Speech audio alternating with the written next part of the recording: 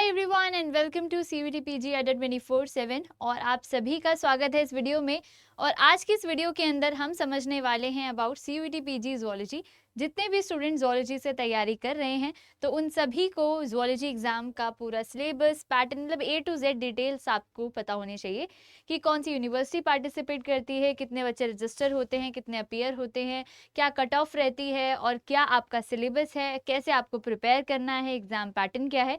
तो हर एक चीज़ जो है आपको इस वीडियो के अंदर मैं बताने वाली हूँ, तो लास्ट तक आप लोग कनेक्टेड रहिएगा। एंड वन मोर थिंग, अगर आप चैनल पे नए हो तो उसको सब्सक्राइब कर लेना एंड हमारे साथ कनेक्टेड रहना for the CUET PG exam.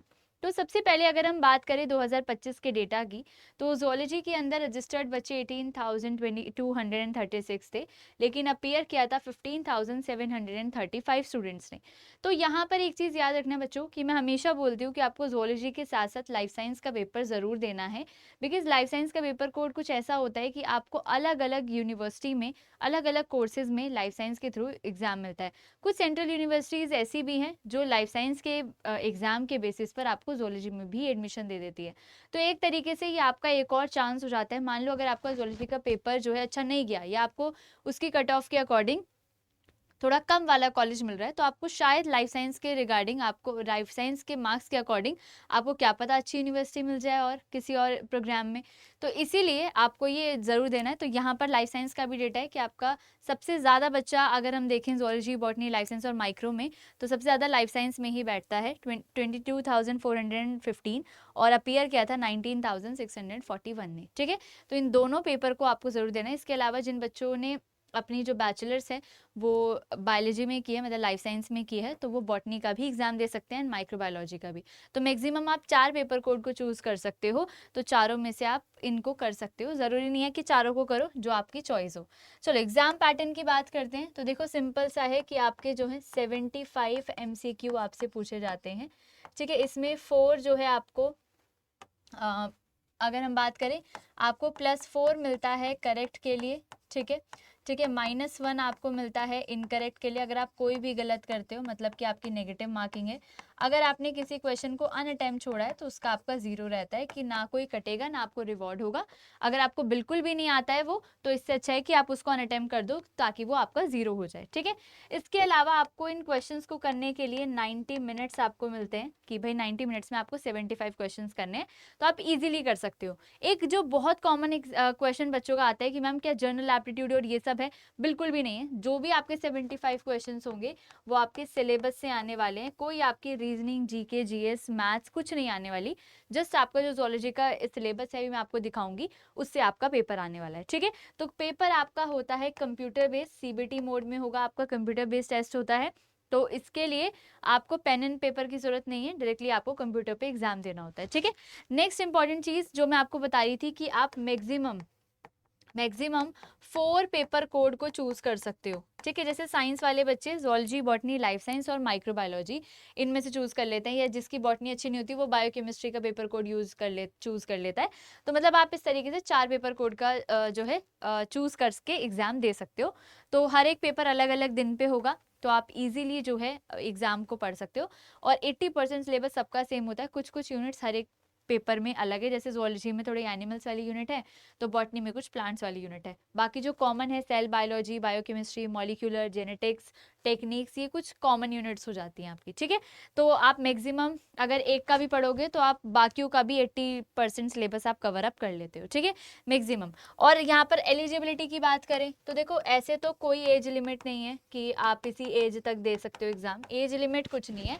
लेकिन आपकी बैचलर्स में एक तो आपकी साइंस के किसी डोमेन से बैचलर्स होनी चाहिए, चाहे लाइफ साइंस से हो, चाहे ज़ूलॉजी से हो, बॉटनी से हो, किसी से भी हो, साइंस के डोमेन से होनी चाहिए। और आपका एटलीस्ट बैचलर्स में 50 से 55% मार्क्स होने चाहिए। अब यहाँ पर कई बच्चे बोलते हैं कि मैम हमारा तो ज़ूलॉजी कंप्लीट ही नहीं हुआ, मतलब अभी बैचलर्स जो है कंप्लीट ही नहीं हुआ है।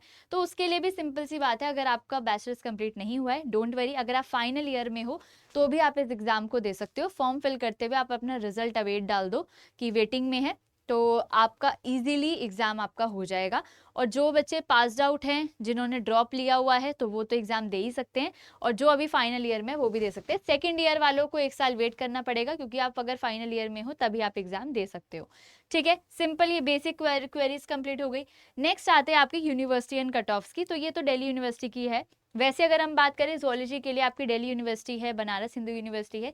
जेएनयू सिर्फ और सिर्फ एमएससी लाइफ साइंसेज कराता है, और वो भी लाइफ साइंस के पेपर कोड से ही उसके मार्क्स के बेसिस पे आपको एडमिशन मिलता है। ठीक है, तो ज़ूलॉजी उसके अंदर नहीं है। बाकी आपकी अदर सेंट्रल यूनिवर्सिटी है, central university of Punjab, Haryana, है ना, केरला, असम, ये सब जो है आपकी अलग अलग सेंट्रल यूनिवर्सिटी है, प्राइवेट यूनिवर्सिटी है, स्टेट यूनिवर्सिटीज़ हैं। आप एनटीए की साइट पर जाके देख सकते हो, बहुत सारी मल्टीपल यूनिवर्सिटीज़ हैं, तो उनमें से जिसमें भी आप चाहो उसमें ले सकते हो। टॉप यूनिवर्सिटी जो आती है वो दिल्ली यूनिवर्सिटी और आपकी ये वाली आती है बनारस हिंदू यूनिवर्सिटी। ठीक है, तो अगर हम दिल्ली यूनिवर्सिटी का देखें तो उसके अंदर काफ़ी सारे कॉलेजेस और डिपार्टमेंट ऑफ ज़ूलॉजी होता है। बीएचयू में सिर्फ और सिर्फ आपका डिपार्टमेंट ऑफ ज़ूलॉजी है, तो उसकी भी कट ऑफ आपकी अप्रॉक्स ऐसे ही जाती है। मतलब बात तो हाईएस्ट पे डिपेंड करता है, 200 प्लस हाईएस्ट था इस बार भी। तो आपका कुछ ऐसा रहा है कि डिपार्टमेंट ऑफ ज़ूलॉजी में एससी में आपकी ये कट ऑफ गई है, मैक्सिमम और लोएस्ट लिखी है यहाँ पर। तो यहाँ पर अगर हम जर्नल पे फोकस करें तो सबसे ज़्यादा जर्नल की जाती है, तो 182 यहाँ पर हाईएस्ट था। मतलब कि अगर आपके 180 प्लस थे तो आपको एडमिशन मिल जा रहा था दिल्ली यूनिवर्सिटी में। बाकी अगर आपकी अदर किसी कैटेगरी में है तो आपको ईजिली एडमिशन मिल जाएगा अगर आप 140 के प्लस हो।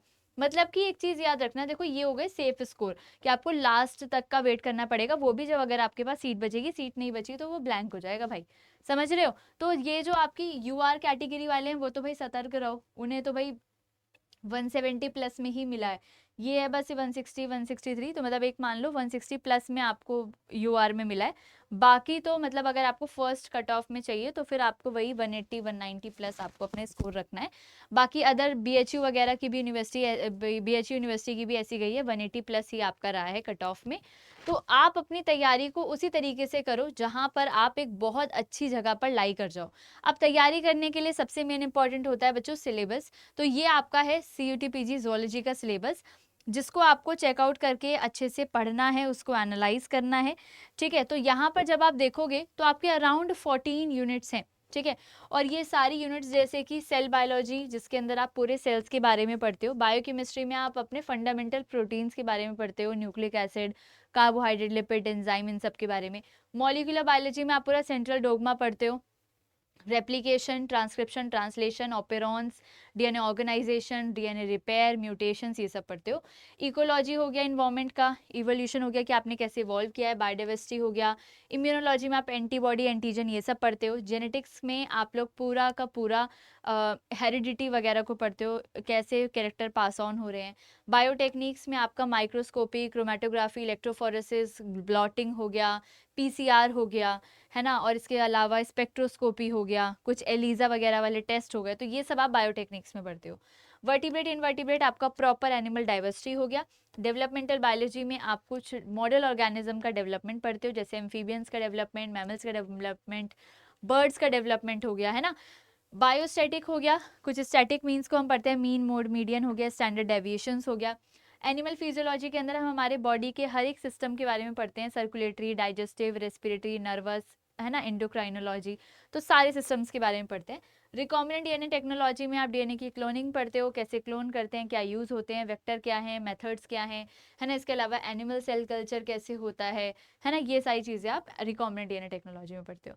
अब हर एक यूनिट का अपना अपना वेटेज है, मतलब ऑलमोस्ट तो सबका इक्वल रहता है। जैसे पहले डीयू और बीएचयू का अपना अलग एंट्रेंस होता था, तो उसमें जो है डाइवर्सिटी का और फिजियोलॉजी का वेटेज बहुत ज़्यादा होता था, बाकियों का बहुत कम होता था।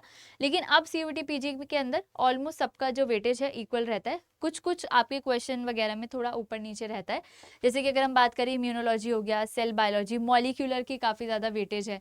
और कुछ यूनिट्स इसके अंदर ऐसी भी हैं जो मोस्टली सब में कॉमन होती है, जैसे सेल बायोकेमिस्ट्री, मॉलिक्यूलर हो गया, जेनेटिक्स हो गया। तो ये आपकी हर एक, चाहे बॉटनी हो, ज़ूलॉजी हो, लाइफ साइंस हो, सब में कॉमन यूनिट्स हैं। आप सिलेबस चेकआउट करोगे सबका, आपको सब में ऐसे मिल जाएगा। ठीक है, तो आपको जस्ट सिलेबस को चेकआउट करना है, पीवाईक्यूज को देखो, वेटेज को एनालाइज करो कि किस में ज़्यादा है। बाकी ऑलमोस्ट इक्वल रहता है, कुछ थोड़ा बहुत ऊपर नीचे रहता है आपका। ठीक है, अब उसके बाद देखो 2025 में तो हमारे पास से बहुत ऑल इंडिया रैंकर्स जो हैं रहे हैं। बहुत सारे बच्चे दिल्ली यूनिवर्सिटी हो, बीएचयू हो, हर एक कोने में जो है उनको एडमिशन मिला है। तो आप भी इस साल भी 2026 के बैचेस में अभी से ज्वाइन करके अपनी तैयारी को शुरू कर सकते हो, क्योंकि अराउंड आपके पास बहुत कम महीने जो हैं बचे हैं फॉर द प्रिपरेशन। तो जैसे कि ये हमारा फौना सुप्रीम अभी लेटेस्ट बैच है जो अभी स्टार्ट हुआ है। फौना अल्टीमेट 2.0 थोड़े दिन पहले स्टार्ट हुआ था। इसकी सीट्स फिल हो गई थी तो we have launch supreme batch. तो उसके अंदर अब आप लोग जो है एनरोल करना स्टार्ट कर दो, क्योंकि कुछ क्लासेस हुई हैं इसके अंदर, तो आप अभी से स्टार्ट कर सकते हो। और ये है हमारा महापैक, जो बच्चे मल्टीपल पेपर कोड में पेपर देना चाह रहे हैं, लाइफ साइंस, जोलॉजी और बॉटनी। तो इसमें तीनों ही बैचेस होते हैं आपके, लाइफ साइंस की भी क्लासेस चलती हैं, बॉटनी की भी और जोलॉजी की भी। अब आपको इनमें डिफरेंस मैं आपको बता देती हूँ थोड़ा सा। देखो, बैचेस के अंदर आपको एक तो डेली लाइव क्लासेस मिलती हैं, 24/7 आपको रिकॉर्डेड क्लासेस का एक्सेस रहेगा। डेली क्लास के नोट्स आपको मिलेंगे, डाउट सेशंस रहते हैं हर एक यूनिट के बाद। 20 यूनिट वाइज हम टेस्ट प्रोवाइड करते हैं कि आपने एक यूनिट को कंप्लीट कर लिया तो आपको टेस्ट मिल जाएगा कि भाई अब इसे करके सॉल्व कर लो, ठीक है। ग्रुप है आपका for any time doubt, previous year questions आपको मिलते हैं, बहुत सारी चीज़ें हैं जो आपको इसके अंदर मिलती है। अब बात आती है महापैक की। महापैक के अंदर आपके जो पुराने बैचेस थे जो अभी चल रहे हैं, और आने वाले जो नए बैचेस हैं, वो सब आपको फ्री में मिलता है, आपको अलग अलग लेने की जरूरत ही नहीं है। मतलब आपका जब तक एग्जाम नहीं हो जाता, जब तक जो भी बैचेस आएंगे, चाहे क्रैश कोर्स हो, नए वर्जन्स हो, चाहे आपका काउंसलिंग बैच हो, सब आपको उसके अंदर फ्री मिलता है। और एडिशनल इसके अंदर यूनिट वाइज टेस्ट तो आपको मिलेंगे ही, इसके अलावा आपको मॉक टेस्ट भी मिलते हैं जो कि फुल लेंथ होते हैं, ठीक है। तो एकदम बिल्कुल एग्जाम की तरह वाला, ठीक है। बैचेस में एनरोल करने के लिए ये मेरी मेल आईडी है, डायरेक्टली मुझसे कनेक्ट करो, किसी से कनेक्ट करने की, किसी को कुछ भी करने की ज़रूरत नहीं है। जस्ट ये मेल आईडी है, इस पर आप अपना नाम और कॉन्टैक्ट नंबर भेजो, मैं आपको सारी डिटेल्स दे दूंगी। आपका जो भी कंसर्न है शेयर करो, मुझसे फिगर आउट करेंगे, आपको बेस्ट चीज़ें जो है मिलेंगी। और ये कूपन कोड है AN लाइव, अगर आप बैच को परचेज करते टाइम इसको यूज़ करते हो, अप्लाई करते हो, तो आपको एक्स्ट्रा डिस्काउंट जो है मिल जाता है, बिकॉज ये मेरे स्टूडेंट्स के लिए स्पेशल डिस्काउंट है, ठीक है। सो आई होप कि मैंने आपकी सारी क्वेरीज को जो है कर दिया होगा सॉल्व आउट, जितना भी मुझे पता था कि आपको ये क्वेरी हो सकती है। इसके अलावा भी अगर आपको किसी भी चीज़ पर वीडियो चाहते हो या किसी पर इंफॉर्मेशन चाहते हो, तो कमेंट सेक्शन में ज़रूर बता के जाना कि मैम इसके बारे में बता दो, तो मैं इसका आंसर ज़रूर करूँगी। सो वीडियो को लाइक करना, कमेंट्स करके जाना, नए हो तो चैनल को सब्सक्राइब कर लेना। एंड मिलते हैं किसी अनदर सेशन में, and all the very best. अभी से अपनी प्रिपरेशन को स्टार्ट करो, 2025 के बच्चों की तरह आपको भी यहीं से शाइन करना है, ठीक है। So bye bye, take care, all the best.